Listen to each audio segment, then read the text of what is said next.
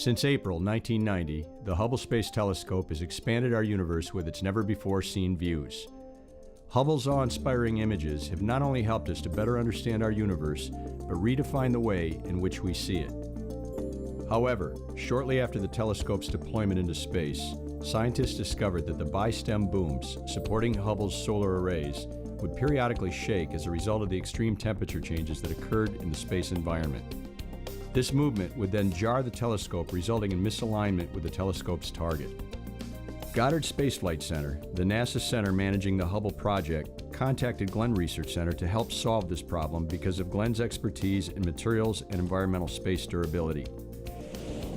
Glenn was invited to participate in some of the Hubble problem-solving issues because we had expertise in atomic oxygen, and they needed some testing done, and there wasn't any place else that they could go. And we had a pretty strong track record of publications and activity in atomic oxygen testing, and ultimately we did UV radiation testing as well. The issue that the team at Glenn Research Center addressed was the survivability of the thermal control material being used on the bi-stem of the solar array, specifically the survivability to electron bombardment, atomic oxygen exposure, and vacuum ultraviolet radiation, all environmental factors that can degrade the material being used. Based on our testing and our results that we found, just using the base material alone, the aluminumized Teflon, was sufficient to perform the function needed. The work that I did was to characterize the thermal shields that were durability tested at NASA Glenn and Goddard Space Flight Center and exposed to atomic oxygen, UV radiation, and thermal cycling. I found that the coating that we were planning to use as the primary design was falling off or coming off in little pieces, and this would have been a real problem for the telescope if that material had been used. NASA Glenn had unique capabilities in that we had the ultraviolet, the vacuum ultraviolet facility where we could expose the bi-stem materials for the servicing mission. They wanted to take a look at the different coatings and see if they would work or if the ultraviolet radiation would degrade those. So we looked at those candidate materials in our ultraviolet facility. The work I did with the Hubble Space Telescope mission was to take ideas from the research team for developing materials to extend the lifetime of the Hubble spacecraft and test these materials in a simulated environment that would accelerate the life testing of these materials and automate the facility so that the facility could actually run 24/7 uninterrupted. The most challenging aspect of working on Hubble was meeting the aggressive schedule. For example, to prepare for servicing Mission 1, we had less than a year, significantly less than a year, where we had to do a major upgrade of our ultraviolet test facility by including heating lamps, and we had never done that before. And we needed to get the test rig to work, we needed to take research data, we needed to analyze samples and return results back to Goddard to prepare for that mission. After the second servicing mission, they found large cracks in the outer layer of insulation on the Hubble Space Telescope.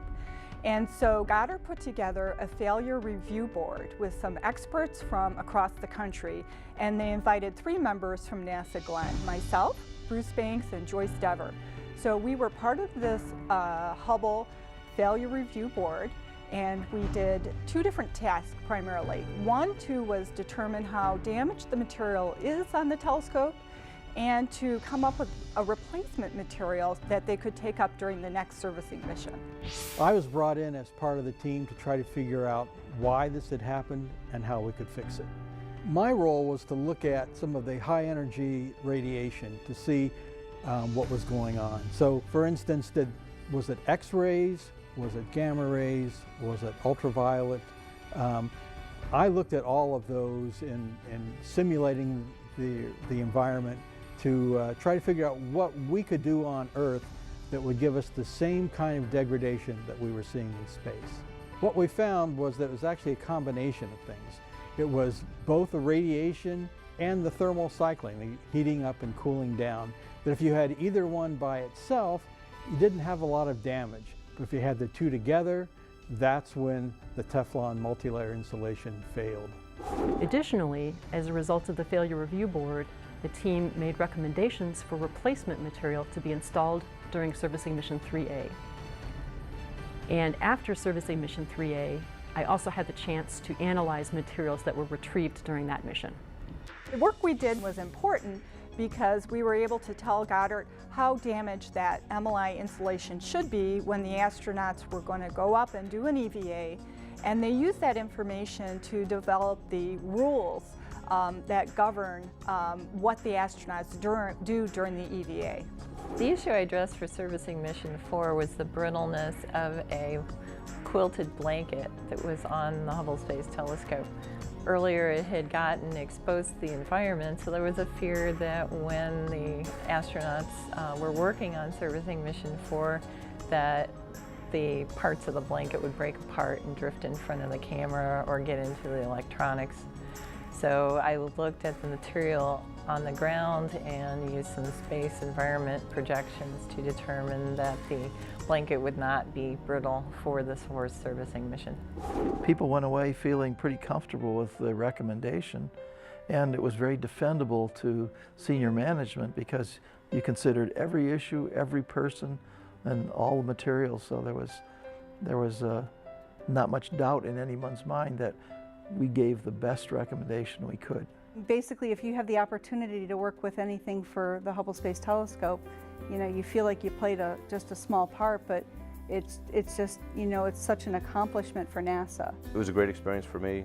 I've taken a lot away from that in my life since, away from NASA. But I have a lot of great memories and a lot of appreciation for all the people on the team, and we remain close to this day. I feel very fortunate to have worked on a mission that has had such a sweeping impact on our understanding of our solar system and the universe. Well, working on Hubble, it's like what we do every day. And so as we were doing it, it's just kind of the same old, you know, what we do. But every once in a while, when you see the images from Hubble and you realize that, you know, gee, I had a small part in the fact that Hubble is still working. That's really great. Makes me smile.